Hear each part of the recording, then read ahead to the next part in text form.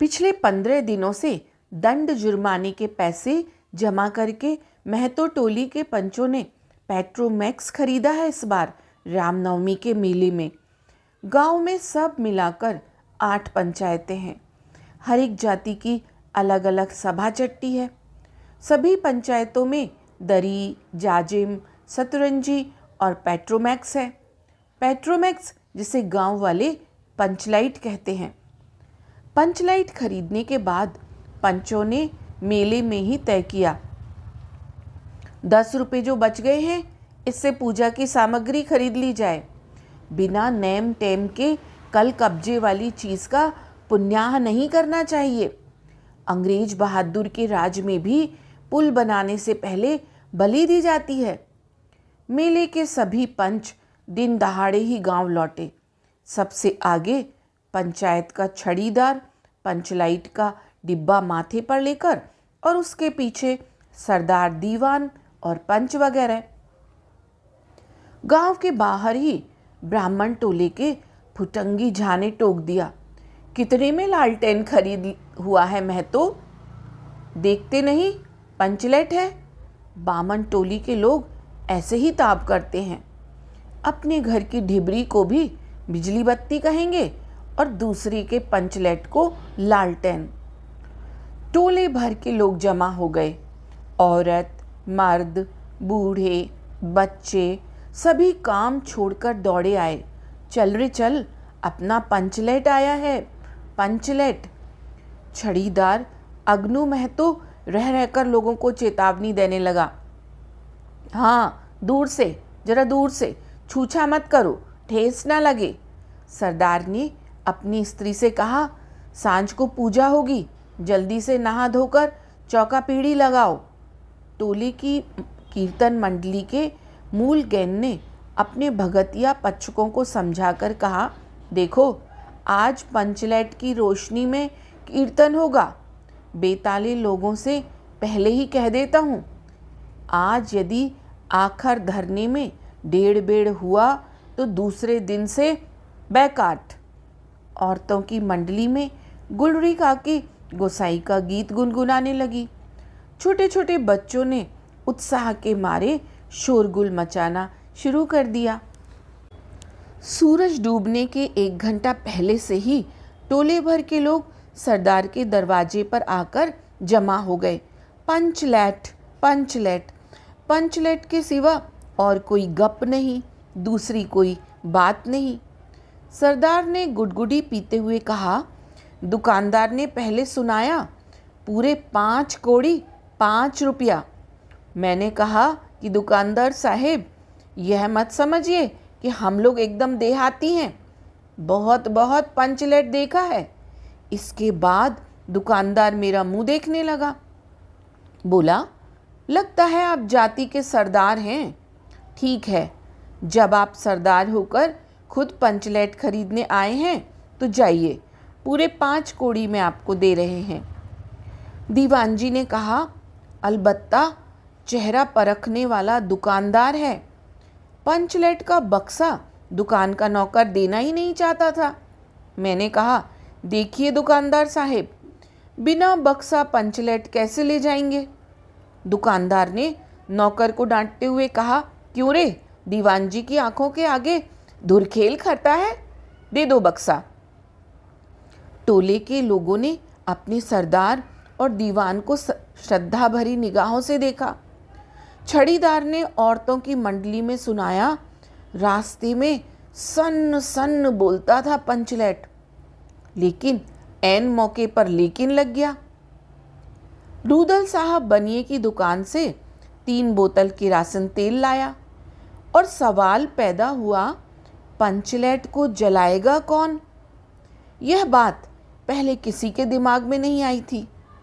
पंचलेट खरीदने के पहले किसी ने ना सोचा, खरीदने के बाद भी नहीं। अब पूजा की सामग्री चौक पर सजी हुई है। कीर्तनिया लोग खोल ढोल करताल खोल कर बैठे हैं और पंचलेट पड़ा हुआ है। गांव वालों ने आज तक कोई ऐसी चीज़ नहीं खरीदी जिसमें जलाने बुझाने का झंझट हो। कहावत है ना, भाई रे गाय लूं तो दुहे कौन, लो मजा। अब इस कल कब्जे वाली चीज़ को कौन बाले। यह बात नहीं कि गांव भर में कोई पंचलेट बालने वाला नहीं। हर एक पंचायत में पंचलेट है, उसके जलाने वाले जानकार हैं। लेकिन सवाल है कि पहली बार नेम टेम करके शुभ लाभ करके दूसरी पंचायत के आदमी की मदद से पंचलेट जलेगा। इससे तो अच्छा है पंचलेट पड़ा रहे, जिंदगी भर ताना कौन सहे। बात बात में दूसरे टोले के लोग कूट करेंगे, तुम लोगों का पंचलेट पहली बार दूसरे के हाथ से। ना ना, पंचायत की इज्जत का सवाल है, दूसरे टोले के लोगों से मत कहिए।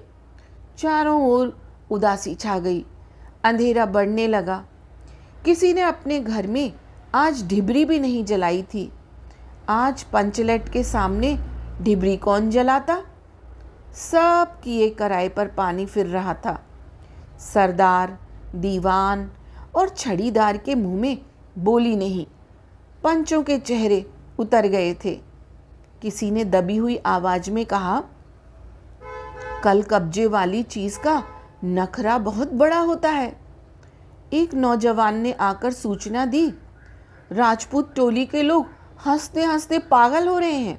कहते हैं कान पकड़कर पंचलेट के सामने 5 बार उठो बैठो, तुरंत जलने लगेगा। पंचों ने सुनकर मन ही मन कहा, भगवान ने हंसने का मौका दिया है, हंसेंगे नहीं। एक बूढ़े ने आकर खबर दी, रूदल साहब बनिया भारी बतंगड़ आदमी है, कह रहा है पंचलेट का पंपू जरा होशियारी से देना। गुलरी काकी की बेटी मुनरी के मुंह में बार बार एक बात आकर मन में लौट जाती है। वह कैसे बोले। वह जानती है कि गोधन पंचलेट बालना जानता है, लेकिन गोधन का हुक्का पानी पंचायत से बंद है।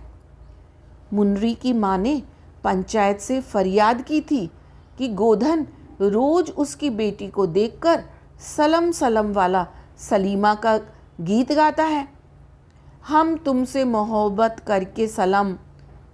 पंचों की निगाह पर गोधन बहुत दिन से चढ़ा हुआ था। दूसरे गांव से आकर बसा है गोधन, और अब टोले के पंचों को पान सुपारी खाने के लिए कुछ भी नहीं दिया। परवाह ही नहीं करता है। बस पंचों को मौका मिला, 10 रुपया जुर्माना, ना देने से हुक्का पानी बंद। आज तक गोधन पंचायत से बाहर है, उससे कैसे कहा जाए, मुनरी उसका नाम कैसे ले। और उधर जाति का पानी उतर रहा है। मुनरी ने चालाकी से अपनी सहेली कनेली के कान में बात डाल दी। कनेली, चिंगो चित चिन। कनेली मुस्कुराकर रह गई। गोधन तो बंद है। मुनरी बोली, तू कह तो सरदार से। गोधन जानता है पंचलेट बालना, कनेली बोली। कौन गोधन जानता है बालना। लेकिन सरदार ने दीवान की ओर देखा और दीवान ने पंचों की ओर। पंचों ने एक मत होकर हुक्का बंद किया है। सलीमा का गीत गाकर आंख का इशारा मारने वाले गोधन से गांव भर के लोग नाराज थे। सरदार ने कहा, जाति की बंदिश क्या, जबकि जाति की इज्जत ही पानी में बही जा रही है। क्यों जी दीवान। दीवान ने कहा, ठीक है। पंचों ने भी एक स्वर में कहा, ठीक है, गोधन को खोल दिया जाए। सरदार ने छड़ीदार को भेजा। छड़ीदार वापस आकर बोला, गोधन आने को राजी नहीं हो रहा है, कहता है पंचों की क्या प्रतीत है, कोई कल कब्जा बिगड़ गया तो मुझे दंड जुर्माना भरना पड़ेगा। छड़ीदार ने रोनी सूरत बनाकर कहा, किसी तरह गोधन को राजी करवाइए, नहीं तो कल से गांव में मुंह दिखाना मुश्किल हो जाएगा। गुलरी काकी बोली, जरा मैं देखूं कह के। गुलरी काकी उठकर गोधन के झोपड़े की ओर गई और गोधन को मना लाई। सभी के चेहरे पर नई आशा की रोशनी चमकी। गोधन चुपचाप पंचलेट में तेल भरने लगा। सरदार की स्त्री ने पूजा की सामग्री के पास चक्कर काटती हुई बिल्ली को भगाया। कीर्तन मंडली का मूलगैन मूर्छल के बालों को संवारने लगा। गोधन ने पूछा, स्पिरिट कहाँ है? बिना स्पिरिट के कैसे जलेगा? लो मजा। अब यह दूसरा बखेड़ा हुआ। सभी ने मन ही मन सरदार, दीवान और पंचों की बुद्धि पर अविश्वास प्रकट किया। बिना बूझे समझे काम करते हैं ये लोग। उपस्थित जन समूह में फिर मायूसी छा गई। लेकिन गोधन बड़ा होशियार लड़का है, बिना स्पिरिट के ही पंचलेट जलाएगा। थोड़ा गरी का तेल ला दो। मुनरी दौड़कर गई और एक मलसी गरी का तेल ले आई। गोधन पंचलेट में पंप करने लगा। पंचलेट की रेशमी थैली में धीरे धीरे रोशनी आने लगी। गोधन कभी मुंह से फूंकता, कभी पंचलेट की चाबी घुमाता। थोड़ी देर के बाद पंचलेट से सनसनाहट की आवाज़ निकलने लगी और रोशनी बढ़ती गई और लोगों के दिल का मैल दूर हो गया। गोधन बड़ा काबिल लड़का है। अंत में पंचलाइट की रोशनी में सारी टोली जगमगा उठी तो कीर्तनिया लोगों ने एक स्वर में महावीर स्वामी की जय ध्वनि के साथ कीर्तन शुरू किया। पंचलेट की रोशनी में सभी के मुस्कुराते हुए चेहरे स्पष्ट हो गए। गोधन ने सबका दिल जीत लिया। मुनरी ने हसरत भरी निगाह से गोधन की ओर देखा। आंखें चार हुईं और आंखों ही आंखों में बातें हुई और कहा, सुना माफ़ करना, मेरा क्या कसूर? सरदार ने गोधन को बहुत प्यार से पास बुलाकर कहा, तुमने जाति की इज्जत रखी है, तुम्हारा 7 खून माफ़। खूब गाओ सलीमा का गाना। गुलरी काकी बोली, आज रात मेरे घर में खाना गोधन। गोधन ने एक बार फिर मुनरी की ओर देखा। मुनरी की पलकें झुक गईं। कीर्तनिया लोगों ने एक कीर्तन समाप्त कर जय ध्वनि की जय हो पंचलेट के प्रकाश में पेड़ पौधों का पत्ता पत्ता तक पुलकित हो रहा था।